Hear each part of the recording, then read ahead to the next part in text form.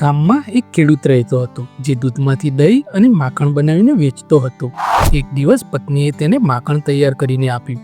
તે વેચવા માટે તે તેના ગામથી શહેર તરફ જવા રવાના થયો. તે માખણ ગોળ પેંડાના આકારમાં બનેલો હતો અને દરેક પેંડાનું વજન 1 કિલો હતું.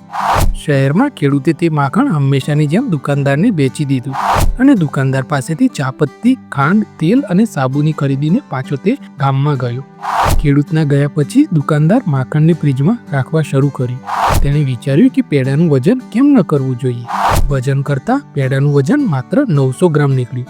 આશ્ચર્ય અને નિરાશાથી તેણે બધા પેડાને વજન કર્યા, પણ ખેડૂત દ્વારા લેવાયેલા બધા પેડા 900 ગ્રામના નીકળ્યા.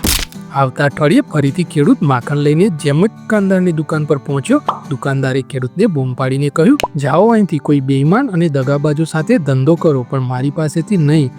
900 ગ્રામ માખણને 1 કિલો તરીકે વેચતા વ્યક્તિનો ચહેરો જોવો પસંદ નથી. ખેડૂતે દુકાનદારને ખૂબ નમ્રતાથી કહ્યું, મારા ભાઈ, અમે ગરીબ અને લાચાર લોકો છીએ. અમારી પાસે માલનું વજન કરવા માટે કે વજન તોલવા માટેના સાધન ખરીદવાની ક્ષમતા ક્યાં છે?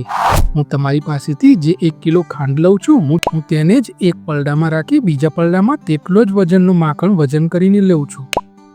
તો મિત્રો, આ વાર્તા આપણને એ શીખવે છે કે આપણે બીજાને જે આપીશું તે પાછું આવશે, તે ભલે માન, આદર કે દગો હોય. તો મિત્રો, વાર્તા સારી લાગે તો લાઈક કરજો, ચેનલને સબસ્ક્રાઇબ કરજો. મળીશું બીજા વિડીયોમાં. જય હિન્દ, જય ભારત, જય જય ગરવી ગુજરાત.